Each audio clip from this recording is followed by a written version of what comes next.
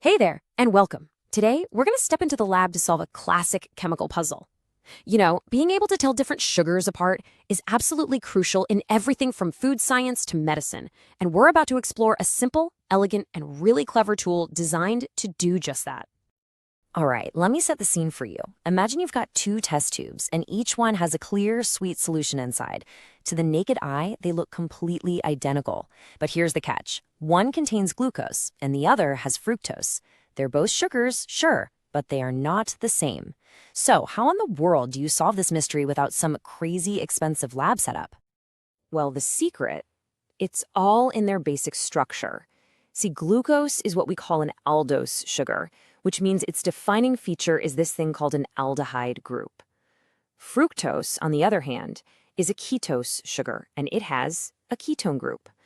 This one tiny difference in their chemical architecture, well, it's everything. It's the secret weakness we're about to exploit to tell them apart.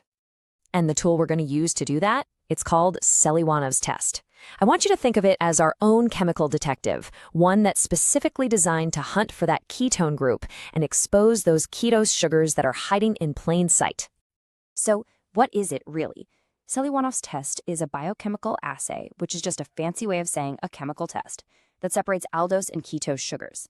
The entire test hinges on a timed color reaction, and it's all powered by two key ingredients: resorcinol and some seriously concentrated hydrochloric acid. So how does this whole thing work?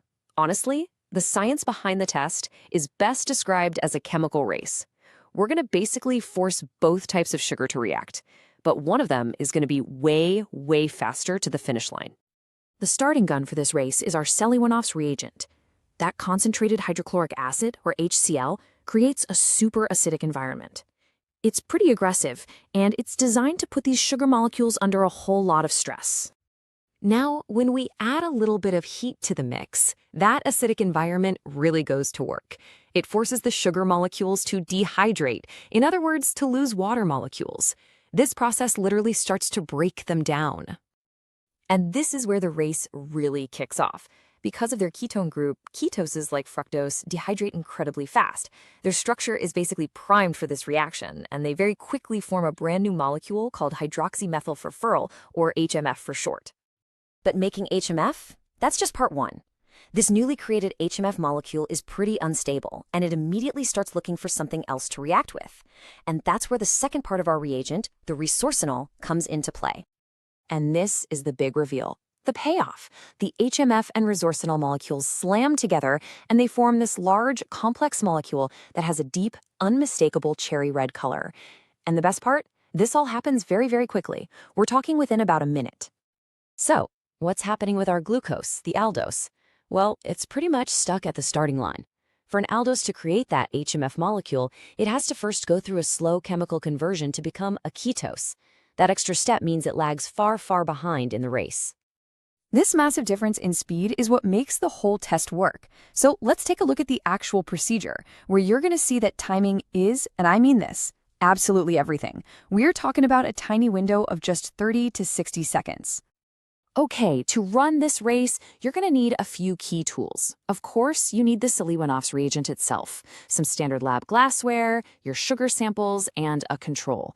But the two most important pieces of equipment here are a water bath for really controlled heating and a timer. The procedure itself is actually surprisingly simple. You just add your sample and the reagent into a test tube, pop it into a boiling water bath, and immediately start that timer.